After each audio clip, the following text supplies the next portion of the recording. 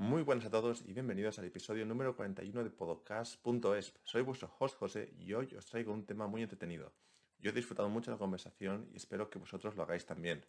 Hoy hemos tenido de vuelta en el podcast a Tisdell, quien ya estuvo previamente en el podcast y que acaba de lanzar su primer libro, el cual se llama 50 Podiatry Lessons That You Can't Learn at University, 50 lecciones de podología que no te van a enseñar en la universidad. Este libro resume las mejores lecciones que Jackson ha aprendido a través de su serie de New Grad Tips que podéis encontrar en su LinkedIn. En el episodio hablamos de su experiencia como mentor y con sus propios mentores, de qué manera ello le ha ayudado en su carrera hasta la fecha. También comentaremos 6 de las lecciones del libro, de qué manera estas lecciones nos han ayudado en nuestro día a día. Para todos aquellos interesados en leer el libro podéis encontrar un enlace en la descripción del podcast, así como a todas las redes sociales de Jackson. Como siempre, gracias por estar ahí y no olvidéis que queremos conocer vuestras impresiones del episodio. Podéis compartirlas a través de Instagram, Facebook o la plataforma que hayáis escogido para escuchar o visualizar el podcast. Vamos con la intro.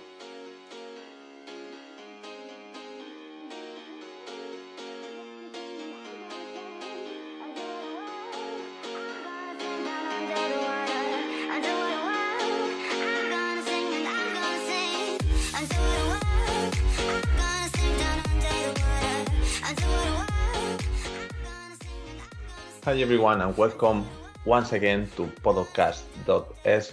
I'm glad that we have the chance to catch up again with Jackson Tisdell. Hi Jackson, how are you? Nice to see you again. I'm great, Jose. I'm good. Thanks for having me back. It's awesome every time we catch up. It's my pleasure. I was looking forward to this moment.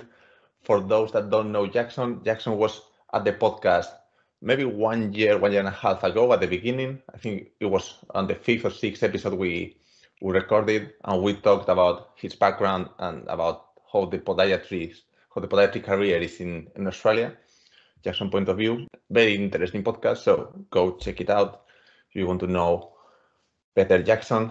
And today we have a very exciting topic because Jackson just released his first book, which is I want to check it, I don't want to say it wrong. 50 Podiatry Lessons That You Can Learn at University, which is this one. I have it on my ebook. So, Jackson, where did the idea of this book came from, and what's the message that you're trying to share with the audience? Excited to put out the book. It's 50 Podiatry Lessons. It's an ebook.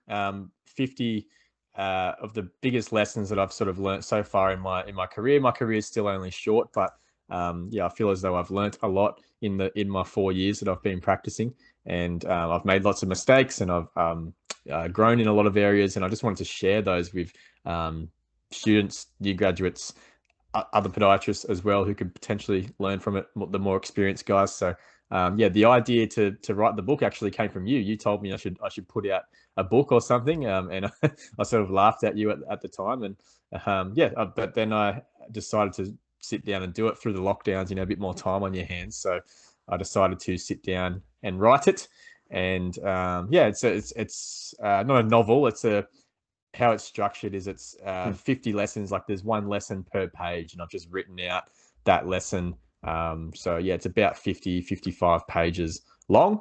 It's an ebook, and I sort of expanded on my some new grad tips, and I've sort of been giving out a lot of new grad tips and mentoring new graduate podiatrists and student podiatrists for a couple of years now, and I decided to sort of condense the main points of my content that I put out and the lessons that I've been teaching those podiatrists that I mentor into a book. So and it's been well received so far. When I first met you, or I had the first contact with you, it was through LinkedIn, and you were starting to do the new grad tips. I think the first time I saw you was the 6th or something like that. So it was the very beginning, and I really felt that was something very useful for new grad, for young podiatrists, because one of the things I missed at the beginning of my career was having a mentor. That would have saved me many mistakes I made, and probably my career would have progressed a lot quicker. So I think a book like this has a very high value for young podiatrists. It will help you structure a bit more your mind, have more direction on things, and not overcomplicate yourself. But I would like to know more about your mentoring background. As you mentioned that you have been mentoring for a couple of years. So how did you decide to start mentoring new grads? Yeah, I got into teaching and mentoring right from day dot, really. So I remember I was at university and I was a third year or final year student, and I had some students from the year below me in the clinic, and I was teaching them, and I really enjoyed that. So when I graduated and was working at the clinic, I just tried to get some students in so I could teach them, just pass on my knowledge, and I actually really enjoyed that teaching aspect. So I've always sort of done it in some degree, but yeah, over the last couple of years, I've done it in a more formal capacity, working one-on-one with podiatrists over Zoom and over Skype, and with students and new graduates, actually working with them closely on their goals and teaching them some things along the way. So yeah, it's good fun. I really enjoy it. So did the first student contact you, or you offer yourself as a mentor? How did it happen? Bit of both. It just sort of organically sort of grew. I did put myself out there and just offer my services, my mentoring, but then you off the back of that, you sort of get some people contacting you as well. And so, yeah, it's been great. And it's just continuing to evolve. So I'm hoping to do a lot more of it. But I imagine when you mentor someone, the learning process goes both ways. So what have you learned from mentoring other people?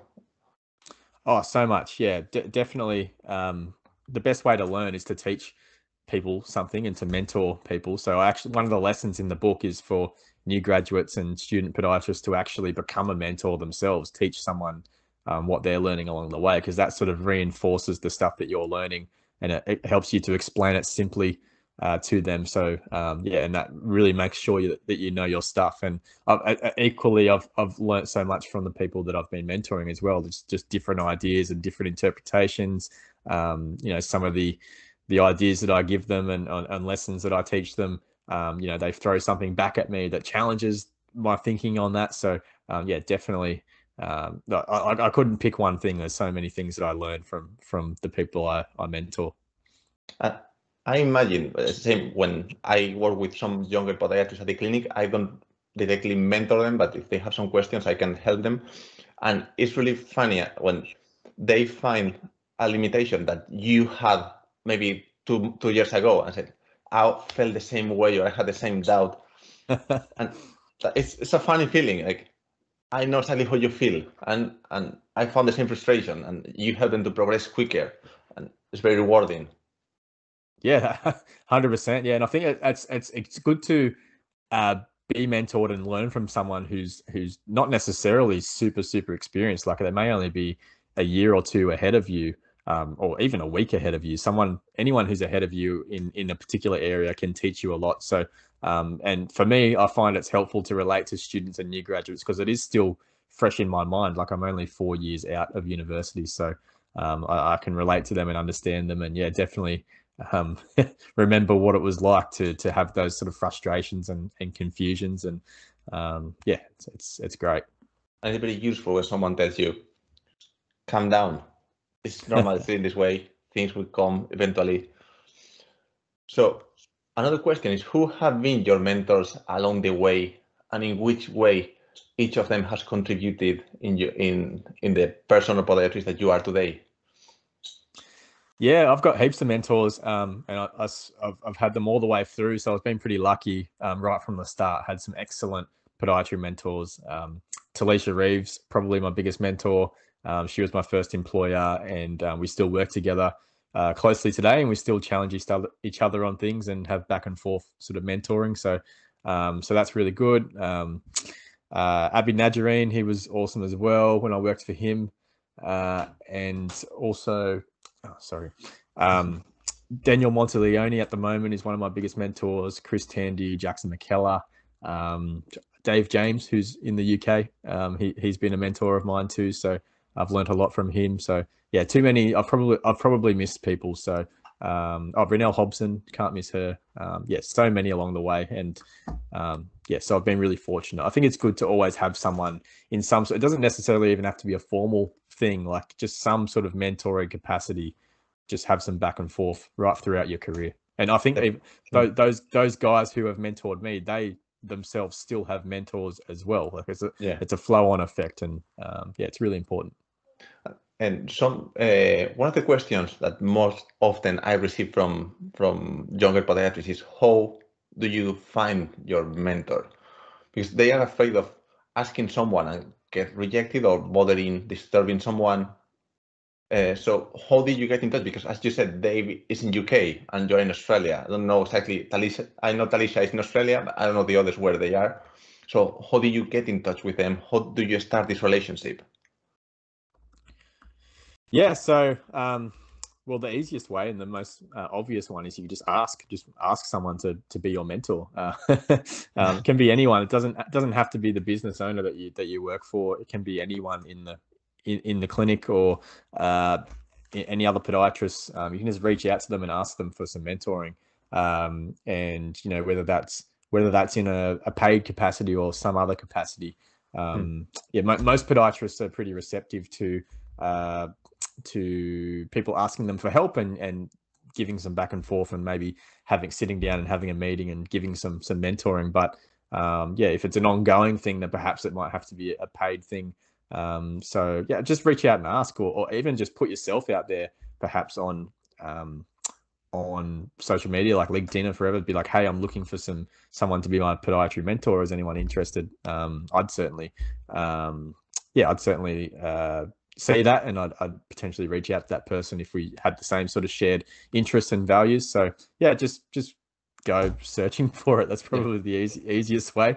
And it can be hard. I understand that. So perhaps maybe it has to be a value sort of exchange as well. So you both have to be. It has to be a mutually beneficial sort of thing. Perhaps. So for your if someone you look up to, someone who's really busy, for example, there has to be some value in that as well for them to want to mentor you. So perhaps think of ways that you can provide that value to them. It's just go out and get it. Definitely, no one is going to sue you if you ask for a chat with them. Yeah, and it can be anyone. Like I said, doesn't have to be your boss in the podiatry clinic. It can be anyone, can be your mentor. And do you consider essential having a mentor at the beginning of your career for everyone? Oh, well, it's definitely beneficial. I wouldn't say it's essential. Nothing's essential really. You could probably go off on your own. I probably wouldn't recommend it, but I think it's important and definitely helpful to have a mentor in some capacity. But the best way to learn actually is by doing things. So it's important that you make all those mistakes, that your mentor might be able to teach you about mistakes that they've had, the lessons they've learnt. But even though they've taught you that, you might still make those mistakes yourself, and that's just part of the process, and that's what you have to do. That's the best way to learn. So the best way to learn is by doing things, making those mistakes, but having a mentor to sort of help you through that, perhaps, definitely important. Yeah, as you say, I think everyone can build their career according to their preferences, and there will be some people that are more able to do it their own way without any help, but obviously having someone to ask the questions that come up on the way will always accelerate the process of learning and resolving problems. Yeah, absolutely. That's right. So moving to the book, I thought that we could share. The book has 50 lessons. I think we could pick 3 each. We'll go alternating, and we can discuss why this tip is meaningful for us. I can say that it's been really hard to pick 3. Actually, I picked 12. I was rereading it the other day, preparing the podcast, and saying, okay, I'm going to pick 3 that I really like. I ended up with 12. So just in case you pick the same ones. We'll see how we go. You go first. You tell me what your first one is, and we'll go from there. First one, I really like this one. Keep things simple for you. And you reflect a little bit on when we are doing a gait analysis, when we are trying to analyze how the step is, what the what the midfoot is doing, how every single joint is moving, what is the muscle that might be under with more tension. Things are not so complicated. As you say, think where the forces are going, think what you need to offload, what you need to modify the movement, and you're gonna get the same result. And I think I struggled with that a lot at the beginning. I tried to be very exact with everything was happening, and it's very difficult to do. And in the 99.9% of the cases, I'm just guessing. So the chances of being correct are very low. Yeah, that's right. You probably don't want to be guessing, but I think keeping things simple for yourself in everything really, not just biomechanics, but the gait analysis is a great example there. So I don't always hone in on the nitty gritty stuff. I'm not trying to figure out what joints are moving at what time and that sort of thing. I'm just looking at, first of all, like how well is the person moving? Do they spend more time on one side of their body compared to the other? What's their posture like? Are they stooped? Do they propel well through their foot? Those are the big things that I'm looking for. And then how does that relate towards their pain that they've described to you? Before you go, really looking closely at different joints and different, moments and that complex sort of biomechanical stuff, you don't have to, it's probably not helpful to look for when you're a new graduate just learning. Just keep it simple. Yes, I try to imagine the person with arrows of forces where the direction of the forces are going, and different length of the arrow depending on how intense I think it is. And that really helps me to make a clear scheme on my head, and also it helps me to explain it to the patient, because if you keep things simple for you, you can keep them simple for the patient. Yeah, absolutely. That's it. And so, keeping it simple for yourself as the clinician, but also for the patient. So that's probably my biggest piece of advice as well, is make sure you're explaining everything really simply. Like, people don't need to leave with they don't need to leave your consult with a biomechanics degree. Like, you can just they just want to know what's causing their problem in the simplest terms possible, and then also in the simplest terms possible, what do they need to do about it? So and that's how I like to approach it. Exactly. Is that your point, or you want to mention another one? Because that's a bit tricky. You haven't played. That's in there as well. What else? Yeah. There's so many. That was my second choice, actually. I might be biased. I've written these lessons, but there's so many good ones in there. Probably another good one is to always offer the best solutions to people. So I've really sort of been thinking about that one a lot lately. As far as the treatment options that I recommend, I never assume what someone can and can't afford. For example, I never assume whether they will or won't like to have that certain treatment option. I always just make a recommendation based on what I've seen and what I feel as though will get them back better the quickest. I make that recommendation and I give them some options, but I may also make my recommendation, and then they can decide based off that. I don't leave things off. Like, say, for example, if I feel as though they might not be able to afford orthotics, I still recommend orthotics, because you'd be surprised at what people can and can't afford. If the orthotics are going to be the best thing for them for that particular condition, then I always recommend them. I don't, regardless of the person. I always recommend the best, because that's what that's what I'd expect if I was going somewhere. I'd want to be offered the best solution. So I think we can sometimes go into our shell a little bit and worry about the person's wallet rather than their actual issue that they need help with. Yes, I completely agree. I mean, and also that's something that the clinic I work now for puts a lot of emphasis on. Is good for the patient and also good for the business, obviously. But we are afraid of rejection, and especially about money. We think that it shouldn't be about money, but we shouldn't make the decision. Should be the patient, and if they come to you, they come for the best advice, and later they will choose to downgrade maybe the treatment or maybe not. But you need to give them all the options. like if they were for free. Yeah, yeah, exactly. And that was a big lesson that I've learned. So I used to be really hesitant and awkward and worry about, and recommending orthotics or recommending multiple appointments for treatment. And that's probably just because, I just wasn't confident with it. I didn't understand the value in the service that I was offering. But now that's a big lesson that I've learned. So I thought that was important to include in the book. Yeah, exactly. My second choice, work-life balance.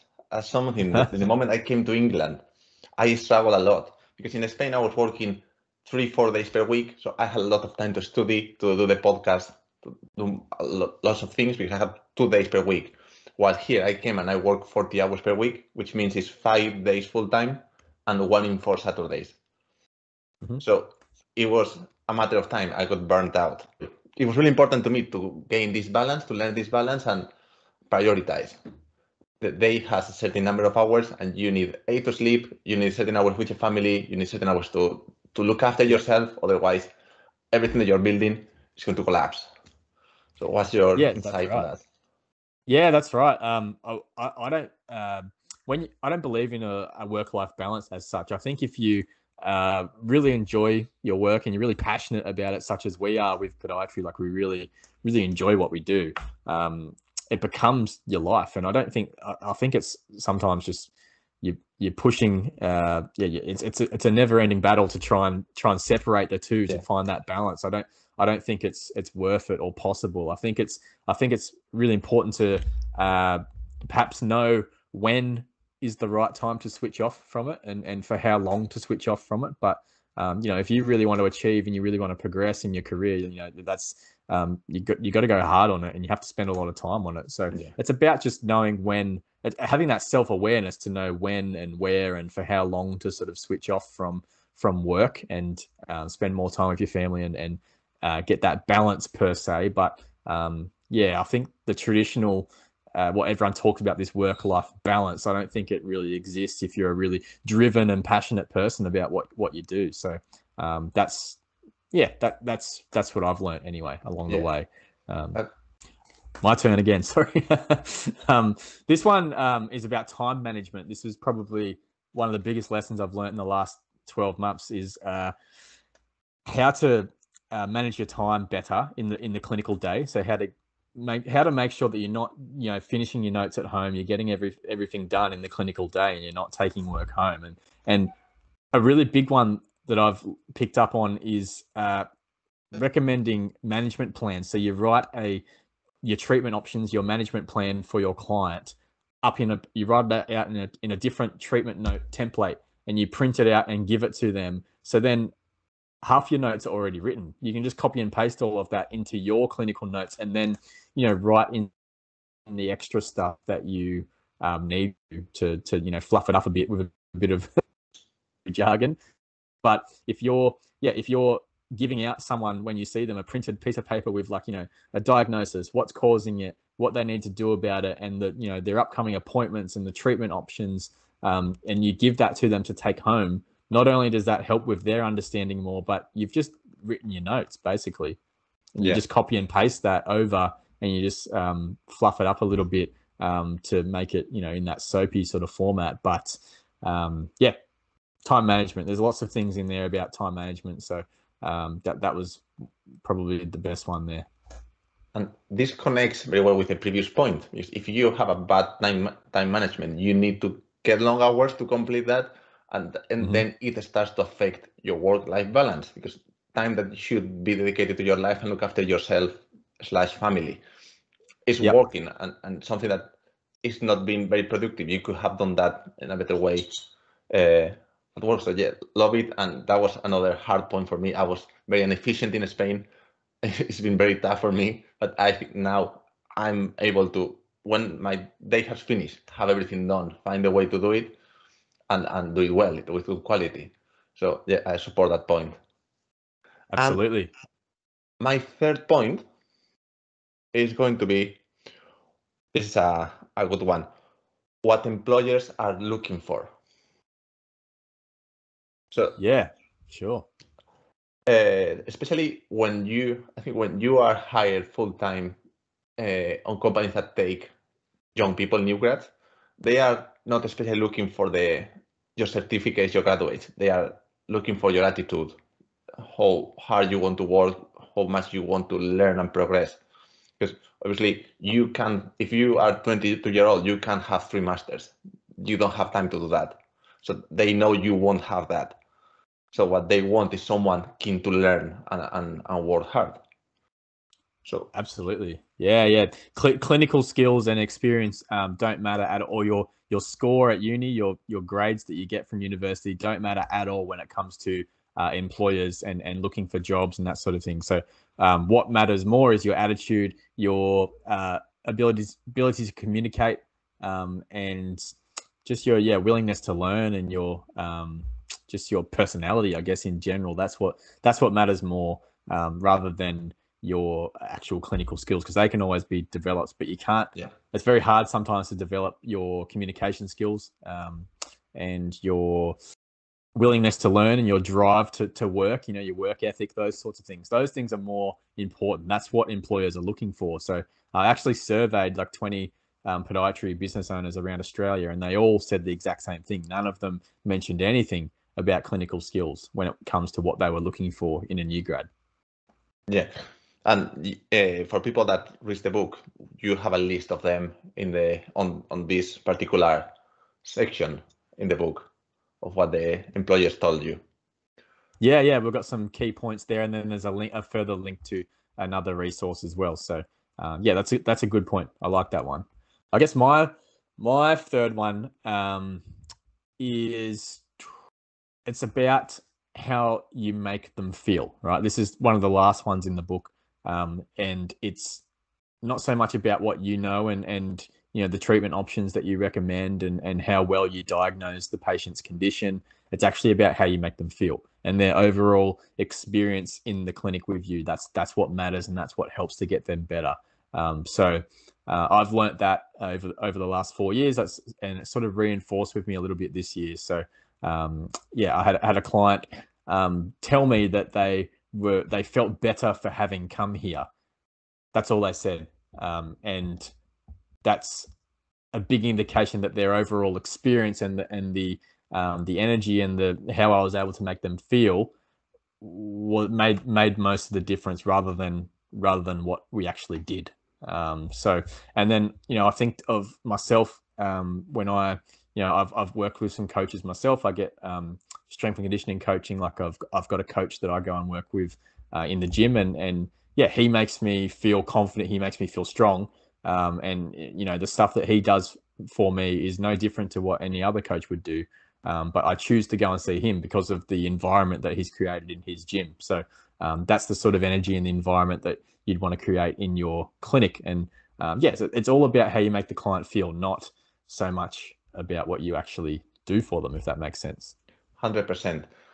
Actually, if you check most reviews in clinics, patients talk about how they felt. Not actually, very little say Jackson demonstrated he has read 100 books, or Jose was very knowledgeable. No, they said they made me feel safe. They made me feel comfortable and feel confident that I can overcome my injury. And that's the main thing. They come to understand what they are suffering. And as you said at the beginning, they don't come to learn about biomechanics. They come to learn about their condition and what they can do about it. Yeah, and how getting better will improve their life. That's the most important thing. You always have to relate it back to what their goals are, and get to know them as a person, and make them feel better to go about the rest of their life. So yeah, we can leave really leave a lot of impact and a lasting impression on our patients for the rest of their life. So whether that's you're working with kids or an elderly person, it's really important that you give them a good experience and make them feel good for having come and seen you. Exactly, and that relates with keeping things simple.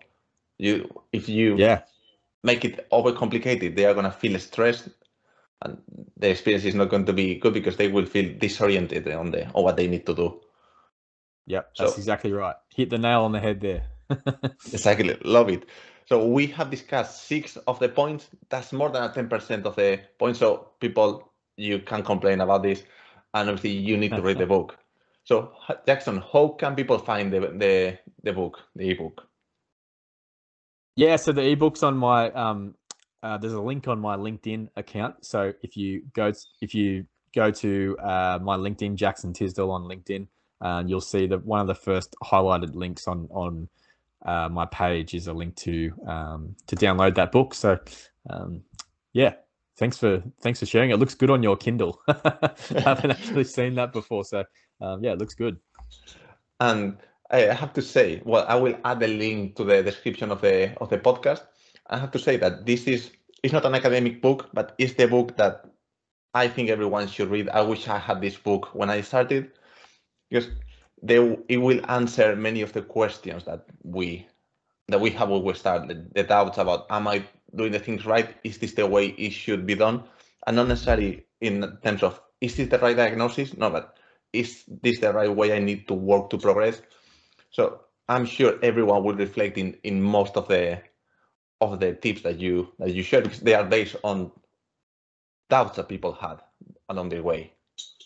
Yeah, and it's lessons more so than tips. So it's things that I've learned. So I in the book I also talk about sort of some of the mistakes that I made, and my way of thinking when I graduated compared to my way of thinking now, and how that's changed based on a different factors. So we go into a whole lot in there.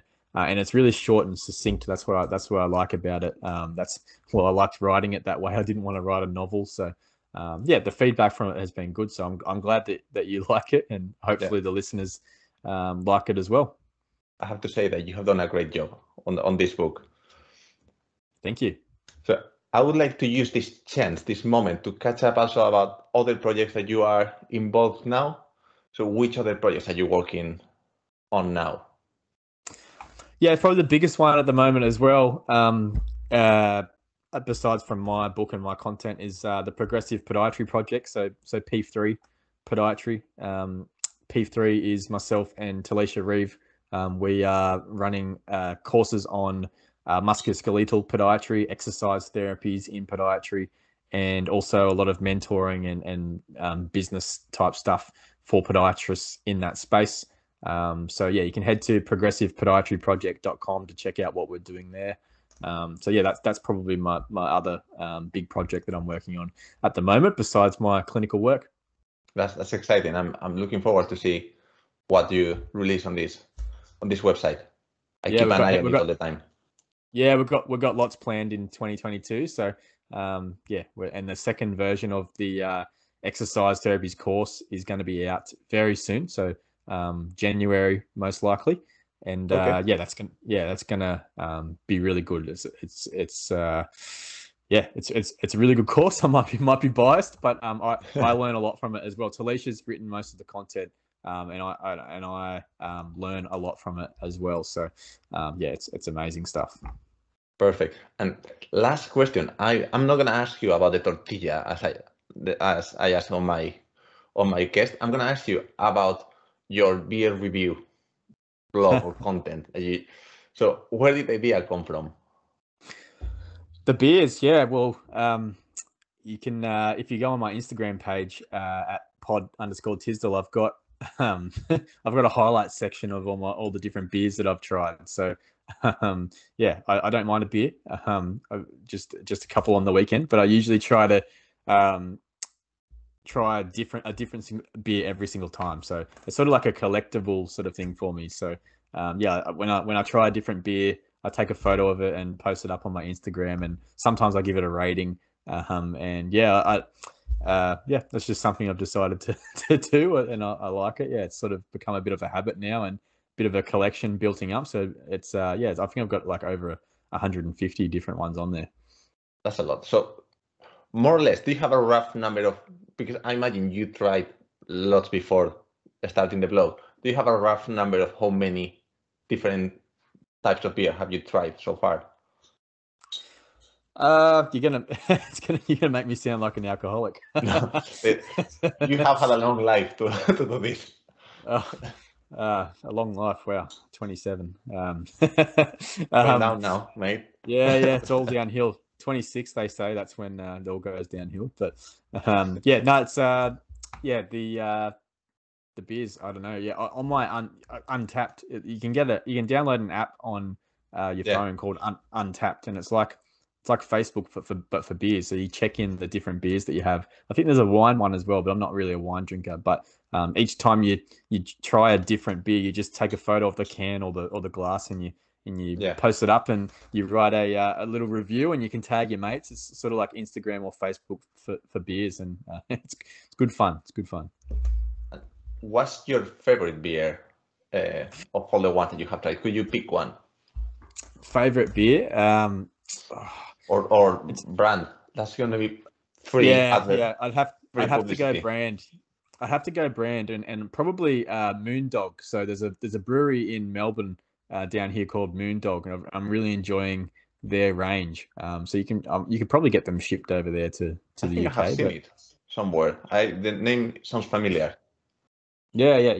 They've got a great range at the moment. Loving their stuff. But as far as a particular beer, there's you can jump on my Untapped and you can see how I've rated them all. So rate them out of 5. So go to my higher ones out of 5 and give them a try. I had the app this summer and I started to posting, but eventually I deleted it because I didn't remember of posting the beers, so that doesn't make sense anymore, and I deleted it. So no, it just becomes a habit. What's yours? What's your favorite? Try it. I'm gonna be biased, but a local beer from Spain, from Valencia, where I'm from, sorry if someone disagrees with this. I don't care. Turia beer is the best lager you can try. Okay, but send me a. I'll try to get some. Yeah. Send me a link. I'll have a look at it. Yeah. I don't want to know how much it can be to ship it to Australia. Ship it here is fairly expensive. So Australia, it might be a bit more difficult. But you must try that. If you like lager, that's the lager. All right. I'll take your word for it. I'll give it a go. Sounds good. Thanks for the tip. Okay, so Jackson, thank you for today's episode. It's been great and really good fun. Yeah, it's been awesome. It's been good. Hopefully, people take something away from it. And I'd love to hear feedback on the book as well when people read it. What they've thought and what lessons they enjoyed the most or resonated with them the most. It's always good to hear that sort of feedback and So thank you. So thank you for your work. Excellent. Yeah, definitely. And I hope that people disagree with some of the lessons as well. So that's how we progress. I'm always learning from different people. So all of the lessons in there are just my through my filter. So people might not agree with some of them as well. So that's great too. So I'd love to hear that feedback as well. Perfect. So I will try to release the podcast before Christmas. So perfect Christmas present ebook. I'm doing all the selling work. What a great Christmas present! Yeah. So everyone have a nice Christmas. Jackson, have a nice Christmas. Thank you. You too. And talk to you soon. Absolutely. Bye bye. Cheers, mate.